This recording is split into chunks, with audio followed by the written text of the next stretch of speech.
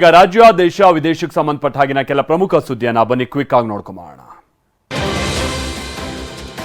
Bus ticket ದರ ಹೆಚ್ಚಿಸುವ ಚಿಂತನೆಯಲ್ಲಿದ್ದೀವಿ ಅಂತ ವಾಯುವ್ಯ ಕರ್ನಾಟಕ ರಸ್ತೆ ಸಾರಿಗೆ ನಿಗಮದ ಅಧ್ಯಕ್ಷ ರಾಜು ಕಾಗೆ ಹೇಳಿದ್ದಾರೆ.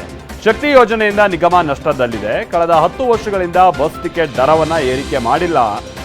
ಹೀಗಾಗಿ ಬಸ್ ಟಿಕೆಟ್ ದರ ಹೆಚ್ಚಿಸುವ ಸುಳಿವನ್ನ ಇವರು ಈ ರೀತಿಯಾಗಿ ಕೊಡ್ತಾ ಇದ್ದಾರೆ. ಇತ್ತ ಕೆಎಸ್ಆರ್ಟಿಸಿ ದರ ಹೆಚ್ಚಳದ ಪ್ರಸ್ತಾವನೆಯನ್ನ ಸಲ್ಲಿಸಿದ್ದೀವಿ ಅಂತ ನಿಗಮದ ಅಧ್ಯಕ್ಷ ಎಸ್.ಆರ್. ಶ್ರೀನಿವಾಸ್ ಹೇಳಿದ್ದಾರೆ. ಮಂಡ್ಯ ಜಿಲ್ಲೆ ಪಾಂಡವಪುರದಲ್ಲಿ ಕೇಂದ್ರ ಸಚಿವ ಎಚ್.ಡಿ. ಕುಮಾರಸ್ವಾಮಿಗೆ ಬೃಹತ್ ಕಾರ್ಯಕ್ರಮ ಆಯೋಜಿಸಿ ಅಭಿನಂದನೆ ಸಲ್ಲಿಸಲಾಯಿತು. ಸೇಬಿನ ಹಾರ ಹಾಕಿದ ಕಾರ್ಯಕರ್ತರು ಘೋಷಣೆ ಕೂಗಿದ್ರು. ಇನ್ನು ಕಾರ್ಯಕ್ರಮಕ್ಕೆ ಬಂದವರಿಗೆ ಭರ್ಜರಿ ಬಾಡೂಟ ಬಡಿಸಲಾಯಿತು.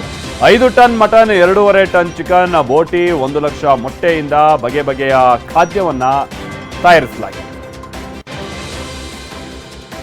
ತರಬೇತಿ ನಿರತ ಐಎಎಸ್ ಅಧಿಕಾರಿ ಪೂಜಾ ಖೇಡ್ಕರ್ ಕಾರನ್ನ ಸಂಚಾರಿ ಪೊಲೀಸರು ಜಪ್ತಿ ಮಾಡಿದ್ದಾರೆ. ಐಷಾರಾಮಿ ಕಾರಿಗೆ ಅಕ್ರಮವಾಗಿ ಕೆಂಪು ಬೀಕನ್ ದೀಪವನ್ನ ಹಾಕಿದಂತ ಆರೋಪದ ಮೇಲೆ ಪುಣೆ ಪೊಲೀಸರು ಕಾರನ್ನ ಸೀಸ್ ಮಾಡಿದ್ದಾರೆ. ಇಷ್ಟೇ ಅಲ್ಲದೆ ಖೇಡ್ಕರ್ ಇದೀಗ ತಮ್ಮ ಆಡಿ ಕಾರಿನ ಮೇಲೆ ಯಾವುದೇ ಅನುಮತಿಯನ್ನ ಪಡೆಯದೆ ಮಹಾರಾಷ್ಟ್ರ ಸರ್ಕಾರ ಅಂತ ಬರೆಸಿಕೊಂಡಿದ್ದು ಕೂಡ ಟೀಕೆ ಗುರಿಯಾಗಿದೆ.